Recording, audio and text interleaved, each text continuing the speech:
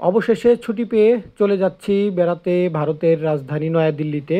আর যাওয়ার সময় পৃথিবীর সবচাইতে ভয়ঙ্কর এয়ারপোর্টের সবচাইতে কঠিন যে চেকিং, তার মধ্যে দিয়ে আমাকে পার হতে হবে। তা আলহামদুলিল্লাহ ঠিকঠাক মতো সব কিছুই পার হতে পেরেছি। ব্যাগে কোনো খারাপ কোনো জিনিস তারা পায়নি খুঁজে।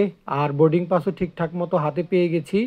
আর বোর্ডিং পাসে লেখা ছিল আমার যে বিমানটা থাকবে সেটা থাকবে ৮ নাম্বার গেটে।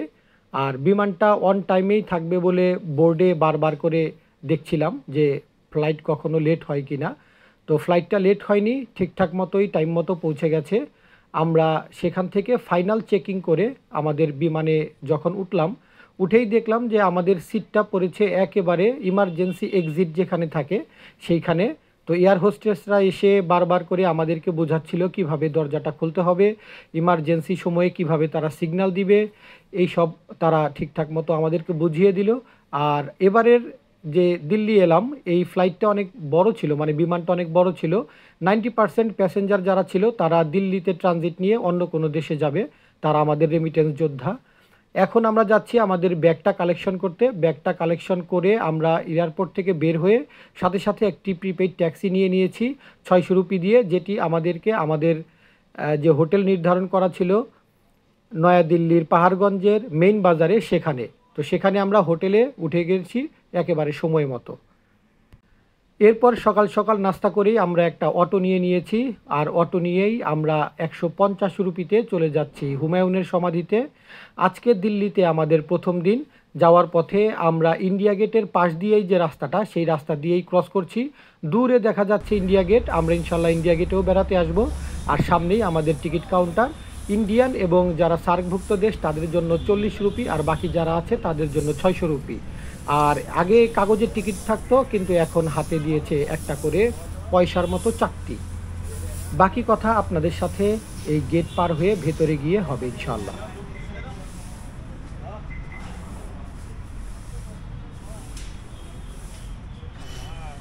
তো অবশেষে আমরা হুমায়ুন টম্বে চলে এসেছি। আর আগে যখন অনেক আগে একবার এসেছিলাম তখন এইখানে মানে কাগজের টিকিট ছিল, এখন এরকম একটা করে কয়েন দিয়ে দেয়। আর এমনিতে ফরেনারদের জন্য তো 600 টাকা আর ইন্ডিয়ানদের জন্য 40 টাকা, কিন্তু আমরা যারা বাংলাদেশ থেকে আসি আমাদের কাছ থেকেও 40 টাকা রাখলো। এখন আমি জানি না যে কি কারণে, হইতে পারে সার্ক কান্ট্রি যারা আছে তারা 40 টাকা করেই দেয়। তো 40 টাকা করে আমরা দুইজন, আমি আর আমার ভাগিনা আছে, আমরা 80 টাকা দিয়ে দুইটা টোকেন নিছি। আর হুমায়ুন টম্বে এবার নিয়ে আমার মোটামুটি তৃতীয়বার। আমি অনেক আগে আরও 2বার এসেছিলাম 2007-8 সালে, আর এখন তো 2024 সাল, অনেক কিছু চেঞ্জ হয়ে গেছে। আমি চেষ্টা করব আপনাদেরকে এমন কিছু ইনফরমেশন এই হুমায়ুন টুম্ব বা হুমায়ুনের সমাধি সম্পর্কে দিতে, যেগুলো মোটামুটি এখনও পর্যন্ত বাংলাদেশে যতগুলো, মানে আমি এখনও পর্যন্ত যতগুলো ইউটিউবে বা ফেসবুকে আমি যতগুলো চ্যানেল দেখছি, কোথাও এই ইনফরমেশনগুলো দেয়া নাই। আর আমি যেহেতু এর আগেও আরও 2বার এখানে আমার আসা হয়েছে, সো ইনফরমেশনগুলো আমার মোটামুটি একটু জানা আছে। তো আমি সেই ইনফরমেশনগুলো আপনাদেরকে দেওয়ার চেষ্টা করব। আমি আশা করব যে ইনফরমেশনগুলো আপনাদের ভালো লাগবে, কারণ এই ইনফরমেশনগুলো খুবই ইউনিক এবং খুবই মজার ইনফরমেশন। তো আমরা এন্ট্রি গেটের দিকে যাই, তারপরে ইনশাল্লাহ বাকি যে ইনফরমেশনগুলো আছে সেগুলো আস্তে আস্তে আমি আপনাদের সাথে শেয়ার করব। হুমায়ুন টম্বের এখন যে এন্ট্রি গেট, এটা হচ্ছে ওয়েস্ট গেট।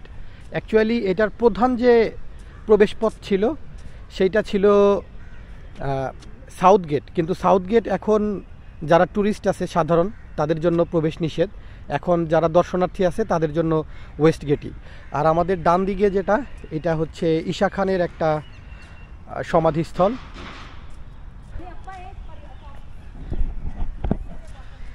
আপনারা চাইলে সরাসরি হুমায়ুনের সমাধিতেও প্রবেশ করতে পারেন, অথবা চাইলে এইদিকে যে ঈশা খানের যে সমাধি আছে এটাও আগে দেখে যেতে পারেন।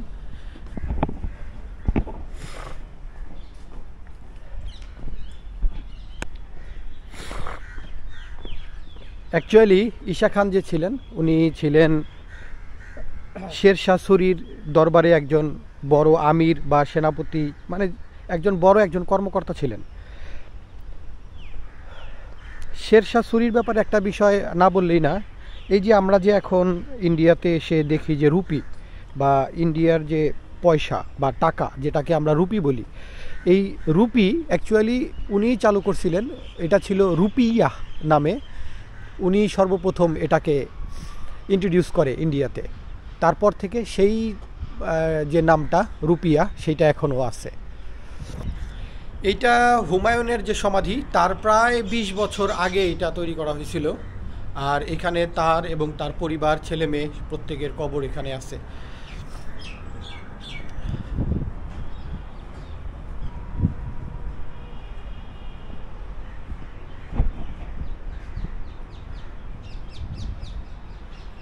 খুব সুন্দর নকশা করা জায়গায় জায়গায়।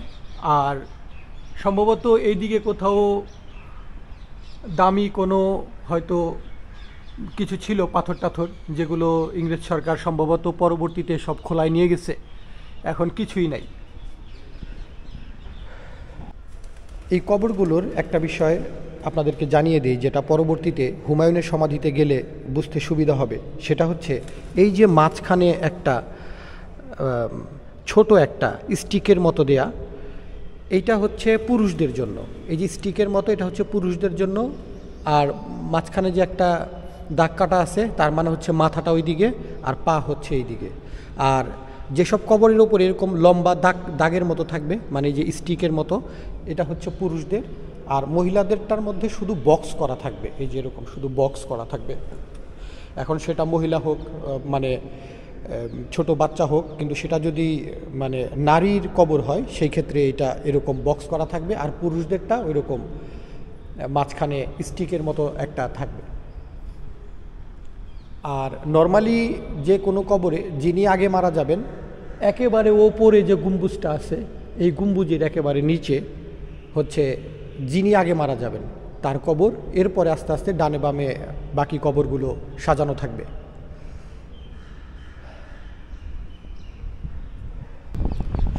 এখানে একটা মসজিদ আছে, আর মসজিদটাতে এখন তো কিছুই না, কিন্তু প্রতি শুক্রবারে এখানে নামাজ পড়ানো হয় সপ্তাহে একদিন। আর বাকি দিনগুলো এখানে কিছুই হয় না, জাস্ট বন্ধ থাকে। আমরা জাস্ট সামনে থেকে মসজিদটা একটু দেখব, দেখে তারপরে আবার আমরা হুমায়ুনের সমাধির দিকে যাব। এখন তো অনেক সকাল, সূর্যটা আমাদের সামনে, যার জন্য একটু কালো কালো আসতেছে। আচ্ছা, ঢোকার সময় বলি, এই যে দেয়াল ভেঙে তারপরে আমাদের ঢুকতে হচ্ছে, এটা একটু আশ্চর্য লাগে না? যে এই যে দেয়াল ভেঙে তারপরে রাস্তা করা হয়েছে। তো আমরা ওয়েস্ট গেট দিয়ে সাউথ গেট দিয়ে ঢুকলে কি হইতো, ওয়েস্ট গেট দিয়ে কেন ঢোকা লাগবে? কারণ এটা তো মেন এন্ট্রান্স তো ছিল না। অ্যাকচুয়ালি এই যে মানে দেয়ালটা যে ভাঙা হয়েছে, এই দেয়ালটা হচ্ছে যে যখন 1857 সালে সিপাহী বিদ্রোহ যখন ইংরেজরা মোটামুটি দমন করে ফেলছে, তো ওই সময়ে বাহাদুর শাহ জাফর, যাকে কেন্দ্রে রেখে এই সিপাহী বিদ্রোহটা হয়েছিল, তো বাহাদুর শাহ জাফর দ্বিতীয় উনি এই হুমায়ুনের সমাধিতে উনি আত্মগোপন করছিলেন। তো তখন জেনারেল হাডসন উনি এই দেয়ালটা ভেঙে তারপরে উনি প্রবেশ করছিলেন, মানে পেছন দিক দিয়ে। তো তারপর থেকে দেয়ালটা এইভাবেই আছে। আর সাধারণ দর্শনার্থীদের জন্য এই রাস্তা দিয়েই আমরা যাই। আর মজার বিষয় হচ্ছে যে ওই যে দেয়ালটা দেখতেছেন ভাঙা, মানে কিন্তু ওইটা কিন্তু ওই বাকি পাশটা কেটে কেটে কেটে কেটে যে একেবারে সমান করে দিবে সেটা রাখে নাই, মানে ভাঙা আছে, ভাঙা অবস্থাতেই, মানে এবড়ো খেবড়ো অবস্থাতেই আছে। আচ্ছা, আমার পেছনে যে গেটটা, এটা অ্যাকচুয়ালি বলে বু হালিমা গেট। তো উনি সম্ভবত একজন গার্ডেনার ছিল। আর এই যে গেটটা, এই গেটটার নামও হচ্ছে বু হালিমা গেট। আর অ্যাকচুয়ালি এই জায়গাটার নাম হচ্ছে আরব সরাই। আর আরব সরাই মানে হচ্ছে যে এইখানে যারা ওই সময়ে কাজ করতো, এই পুরো কম্পাউন্ডের মধ্যে যারা কাজ করতো তারা এখানে থাকতো, তাদের খাওয়া দাওয়া বিশ্রামের জন্য হচ্ছে এই জায়গাটা তৈরি করা হয়েছিল। এখন মোটামুটি ভেঙে গেছে, এখন খুব একটা কিছু নাই, উপরের ছাদ বা গম্বুজ যেটাই ছিল সেটা ভেঙে গেছে। আর এইখানে হচ্ছে তারা রাত্রে ঘুমাতো বা খাওয়া দাওয়া করতো, রেস্ট নিত, তাদের জন্য এটা করা হয়েছিল। এটাকে বলে হচ্ছে আরব সরাই। সরাই মানে কি, সরাইখানা যে আমরা বলি না, সরাই তার মানে হচ্ছে যে বিশ্রামাগার বা রেস্ট যেখানে করে সেই জায়গাটা। আর ইনফরমেশন, যে ইনফরমেশনগুলো বলছিলাম যে ইউনিক কিছু ইনফরমেশন দিব, সেটা তার মধ্যে প্রথম ইনফরমেশনটা হচ্ছে যে মুঘলদের 2টা কবরস্থান আছে টোটাল এই ভারত উপমহাদেশে তাদের দুইটা কবরস্থান আছে। একটা হচ্ছে এই হুমায়ুনের সমাধি, আর একটা হচ্ছে ফতেপুর সিকরিতে। আর হুমায়ুনের সমাধিতে এইখানে টোটাল মোটামুটি প্রায় 1200 থেকে 1250 মতো কবর আছে। তার মধ্যে 150 কবর হচ্ছে ভেতরে, আর বাকি কবরগুলো হচ্ছে চারপাশে ছড়াই ছিটায় আছে। আর বাকি কবরগুলো মানে যেগুলো মুঘলদের অন্যান্য যারা আছে পরিবারের সদস্য বা যারা আছে তাদেরটা ফতেপুর সিকরিতে। আর এইখানে মোটামুটি দুই শ্রেণীর লোকদের কবর বেশি আছে আর কি, মানে অবশ্যই আছে। একটা হচ্ছে যারা কিনা নাপিত, আর যারা হচ্ছে মালি। নাপিত এবং মালি এরা দুইজন সবসময় সম্রাট বা রাজা যারা থাকে তাদের খুব কাছাকাছি থাকে, তো যার জন্য তাদের কবর এখানে আশেপাশে আছে। আর তাদের জন্য সমাধি করা হয়েছে, মানে খুব সুন্দর আর্কিটেকচার দিয়ে উপরে গম্বুজ টুম্বুজ করে সমাধি করা হয়েছে, সেটাও আমরা দেখব সামনে গিয়ে। যেতে যেতে আরেকটা ইনফরমেশন দেই, মুঘল সাম্রাজ্য এখানে শুরু আর এখানেই শেষ। এখন বলতে পারেন এখানে শুরু কিভাবে? এখানে শুরুটা হচ্ছে যে বাবর যদিও মুঘল সাম্রাজ্য প্রতিষ্ঠা করছেন, কিন্তু বাবরের কবর হচ্ছে কাবুলে, আফগানিস্তানের কাবুলে। এটাই হচ্ছে সর্বপ্রথম মুঘল সম্রাট বা মুঘল বাদশাহ যার কবর এইখানে। তো প্রথম বাদশার কবর এখানে, আবার শেষ বাদশাহ যিনি ছিলেন তাকেও এখান থেকে সরাসরি মায়ানমারে ট্রান্সফার করা হয়, গ্রেপ্তার করে ওইখানে তাকে বন্দি করা হয়। তো ওই হিসেবে এইখানে শুরু আর এইখানে শেষ।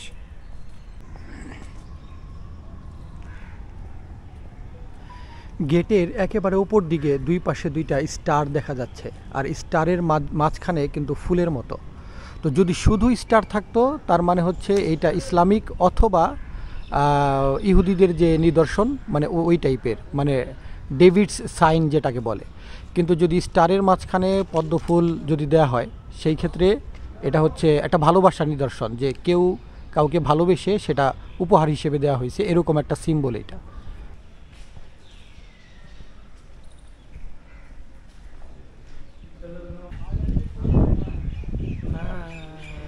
এই যে বিভিন্ন জায়গাগুলো দেখা যাচ্ছে সুইমিং পুলের মতো, মানে যেগুলো করে রাখা হয়েছে, এগুলো অ্যাকচুয়ালি যমুনা নদী থেকে পানি এসে এটার মধ্যে জমা হইতো, আর এখান থেকে বিভিন্ন যে ফোয়ারাগুলো আছে ফোয়ারার পানিগুলো এখানে হইতো।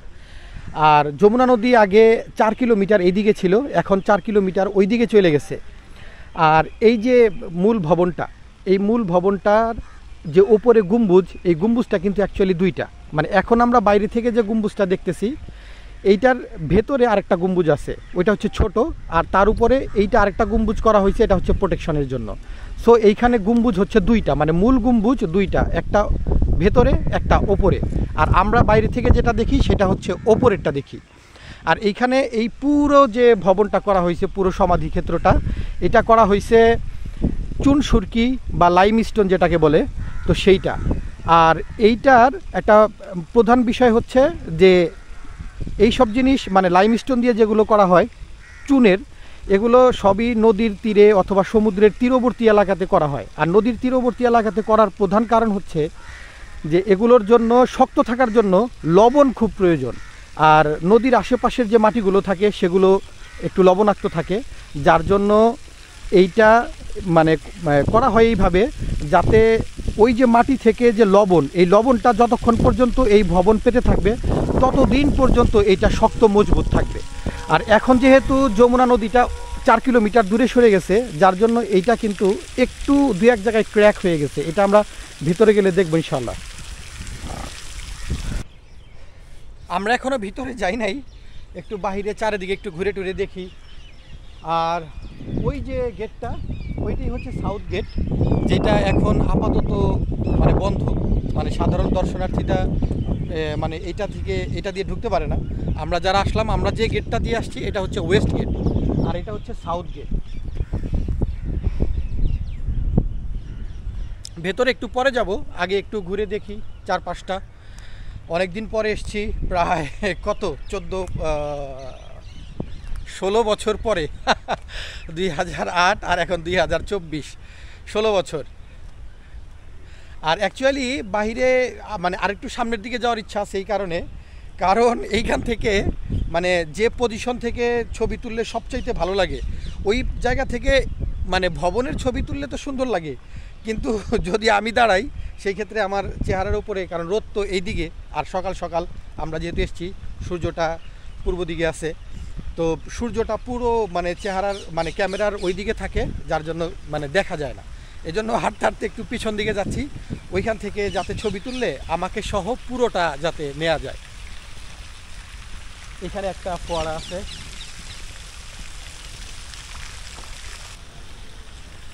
আমি এই গরমের মধ্যেও ফুলাতা গেঞ্জি পরে আসছি এই কারণে যে সকালে যখন ঘুমের থেকে উঠছি তখন দেখলাম যে আবহাওয়ার যে ভবিষ্যৎবাণী সেটাতে বলছে যে আজকে দিল্লিতে তাপমাত্রা থাকবে 43, বাট এরই 1 ঘন্টা পরে আবার আরেকটা আবহাওয়ার যে পূর্বাভাস সেটাতে বলছে যে আজকে আকাশ মেঘলা থাকবে। তো আল্লাহর কাছে লাখ লাখ শুক্রিয়া যে 43 ডিগ্রি, বাংলাদেশের 40-41এই তো আমরা পুরো মানে অনেকেই মারা গেছে হিট স্ট্রোকে, আর সেইখানে 43-এ তো অবস্থা পুরো খারাপ হয়ে যেত। আবার রিসেন্টলি শুনছি যে শাহরুখ খান নাকি হিট স্ট্রোকে আক্রান্ত হয়েছে। তো শাহরুখ খানের মতো লোকের হিট স্ট্রোক হয়েছে, আর আমরা তো কোন মানে কিসের মূলা। তো এই হচ্ছে অবস্থা। তো পেছন দিকে মোটামুটি চলে আসছি, এইখান থেকে কয়েকটা ছবি তুলবো, ছবি তুলে তারপরে হচ্ছে উপর দিকে যাব।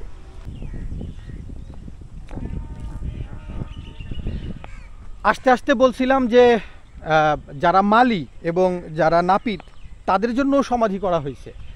এটা হচ্ছে তার যে নাপিত ছিল বাদশাহ হুমায়ুনের, তার সমাধি এটা।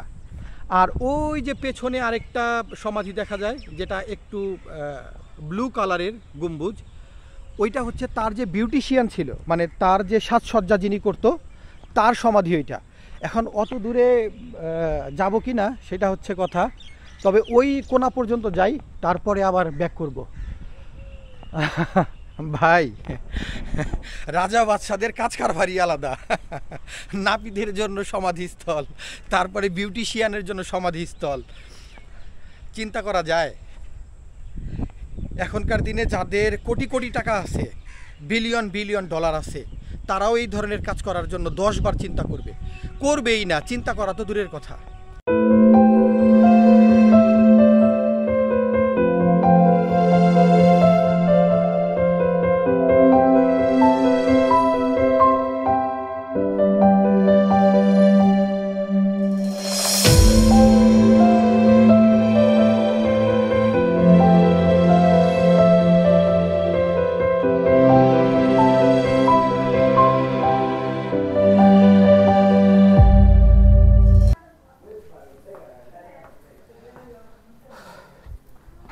এই যে আমরা যে সিঁড়ি দিয়ে এখন উঠতেছি, এই সিঁড়িরও একটা মহত্ব আছে, সেটা নামার সময় বলবো। সামনেই প্রবেশ পথ। আসসালামু আলাইকুম। এই হচ্ছে বাদশাহ হুমায়ুনের কবর। অ্যাকচুয়ালি এটা ওপরে হচ্ছে এটা রেপ্লিকা, মূল কবরটা এটা নিচে, ওই হিসেবে এটা উপরে করা হয়েছে। আর যারা রাজা বাদশাহ তাদের কবরের ওপরে এই যে এরকম ফুলের মতো একটা থাকে, আর তার নিচে ওই যে ওইখানে একটা ক্রাউনের মতো একটা সিম্বল দেয়া আছে।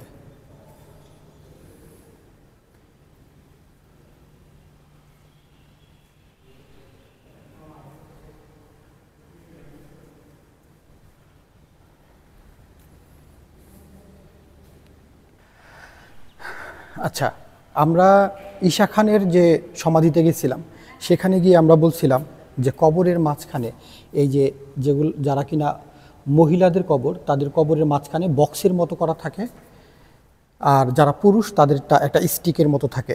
আর মহিলাদের কবরে আয়াতুল কুরসি লেখা থাকবে প্রত্যেকটার মধ্যে। এখন আপনি যেখানেই যান, আল্লাহু লা ইলাহা ইল্লা হুয়াল হাইয়ুল কাইয়্যুম, তো তাদের কবরের মধ্যে আয়াতুল কুরসি এবং এই যে বক্স সিম্বল এটা থাকবে। এইখানে যে কবরগুলো দেখতেছেন, এই 3টা কবর হচ্ছে সম্রাট আওরঙ্গজেবের 3 পুত্রের। ওইটা হচ্ছে সম্ভবত 3য় ছেলে, 2য়, এবং এটা হচ্ছে 1ম ছেলে। তার 3 ছেলের কবর এখানে। আর এই যে দেখেন সিম্বলটা, এই যে স্টিকের মতো একটা লাঠির মতো একটা জিনিস এখানে দেয়া আছে, একটা সিম্বল, যাতে বোঝা যায় যে এটা পুরুষের কবর। আর পুরুষের কবরে দেখেন কোথাও কিন্তু আয়াতুল কুরসি লেখা নাই, যেগুলো কিনা মহিলাদের কবরের মধ্যে আমরা দেখতে পারছি, সেটা কিন্তু নাই। আর ওই যে বলছিলাম, যদিও বড় ছেলে এই পাশে, কিন্তু তারপরেও তৃতীয় ছেলের কবর মাঝখানে, তার এই যে গম্বুজের একেবারে মাঝখানে। এর কারণ হচ্ছে যিনি আগে মারা যাবেন তার কবরটা আগে এখানে হবে।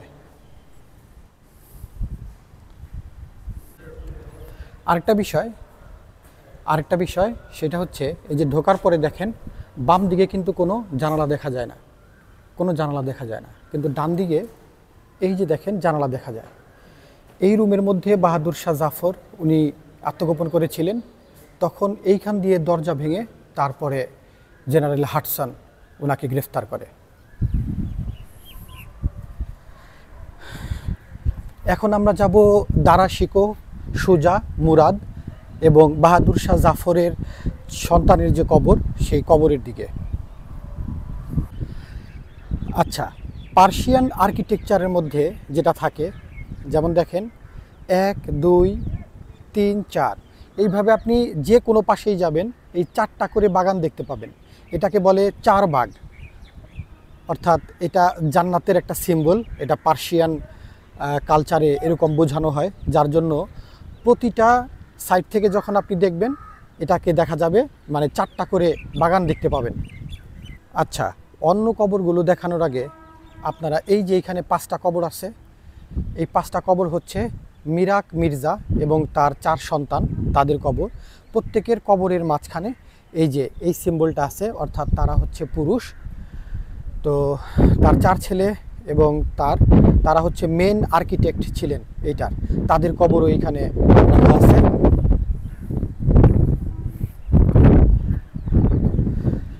আর এই কবরটা হচ্ছে দারা শিকোর, আওরঙ্গজেবের বড় ভাই দারা শিকোর। এখন মজার বিষয় হচ্ছে, এই যে কবরটা, এই কবরের মাঝখানে যে সিম্বল, এই সিম্বলের মাঝখানে একটা কাঁটা আছে। এই কাঁটা মানে হচ্ছে এর মাথা নাই।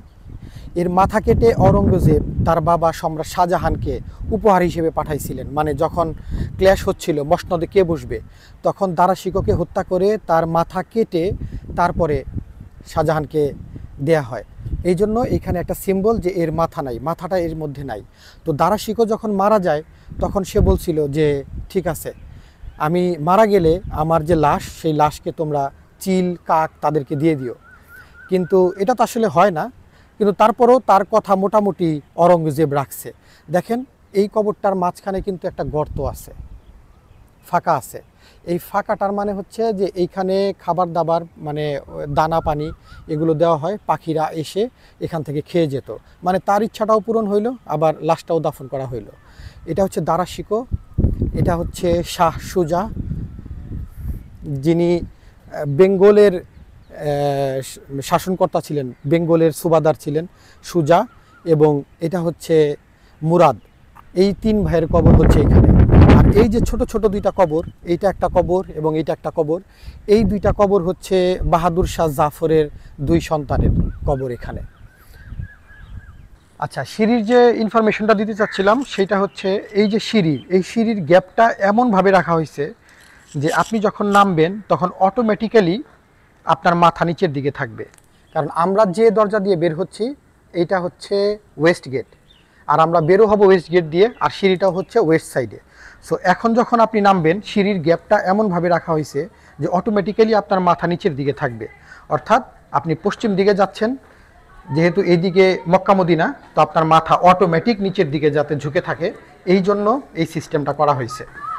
মানে এত আগে ওই সময়ে, মানে এত প্ল্যান করে একটা বিষয়, এই ছোট ছোট বিষয়গুলো আসলে প্ল্যানের মধ্যে রেখে তারপরে একটা জিনিস করা, এটা আসলে একটা অসাধারণ একটা বিষয়।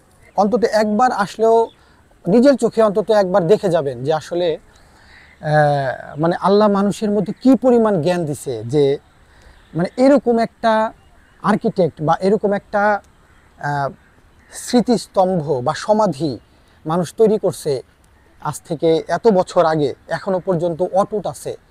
অথচ দেখেন এখনকার দিনে যে মানে বিল্ডিংগুলো করা হয় আধুনিক বিল্ডিং কোড মেনে প্ল্যান করে ইঞ্জিনিয়ার দিয়ে, তারপরেও দেখা যায় 50 বছর 60 বছর পরে বাঁকা হয়ে যায়, খুলে খুলে প্লাস্টার পড়ে যায়। তো অবশ্যই রক্ষণাবেক্ষণের প্রয়োজন, কিন্তু তারপরেও এটা খুবই অবাক করা একটা বিষয়। তো আমাদের হুমায়ুনের সমাধি ভ্রমণ আজকের মতো এখানেই শেষ। ইনশাআল্লাহ দেখা হবে আপনাদের সাথে পরবর্তীতে অন্য কোনো জায়গা যদি আমরা ভ্রমণে যাই, সেই জায়গাও ইনশাআল্লাহ আপনাদেরকে দেখানোর চেষ্টা করব। আর আমি আমার এই ভিডিওতে চেষ্টা করছি আপনাদেরকে এমন কিছু ইনফরমেশন দেওয়ার জন্য যেগুলো মোটামুটি অনেক ইউটিউব চ্যানেল বা ফেসবুক চ্যানেলে আপনারা এগুলো পাবেন না। এটা আসলে এমন না যে আপনাকে দেখতেই হবে, আমারটাই দেখতে হবে, আপনি অন্য জনেরগুলোও দেখেন অথবা গুগলে সার্চ দিলেও পাবেন। তবে গুগলে সার্চ দিলে আপনি পাবেন এটা কে বানিয়েছে, এটার কতজন শ্রমিক লাগছে, কত টাকা লাগছে, কত বছর আগে করছে, কার কার কবর এখানে, আর্কিটেক্ট নিয়ে বলবে। বাট এই যে যেমন আমি সিঁড়ি দিয়ে নামার সময় যে বিষয়টা বললাম, এইটা আপনি গুগলে পাবেন না। তারপরে কার কবর কোথায় বা দারাশিকোর কবরটা এখানে, কেন এই কবরের যে ডিজাইন এইটা অন্যরকম, এই ইনফরমেশনগুলো আপনি পাবেন না। তো আশা করতেছি যে আমি যে ইনফরমেশনগুলো দিচ্ছি এগুলো একটু ইউনিক হবে। আর যদি আপনার কাছে ইউনিক মনে হয় তাহলে আমার ভিডিওতে অবশ্যই এটা লাইক করবেন। তো আজকের মতো এই পর্যন্তই। ভালো থাকবেন, সুস্থ থাকবেন, সেফলি আপনারা চলাফেরা করবেন এবং যেইখানেই যাবেন, যে জায়গাতেই ট্যুরিস্ট প্লেসে ঘুরতে যাবেন, অবশ্যই সেই জায়গা পরিষ্কার পরিচ্ছন্ন রাখার চেষ্টা করবেন। আল্লাহ হাফেজ।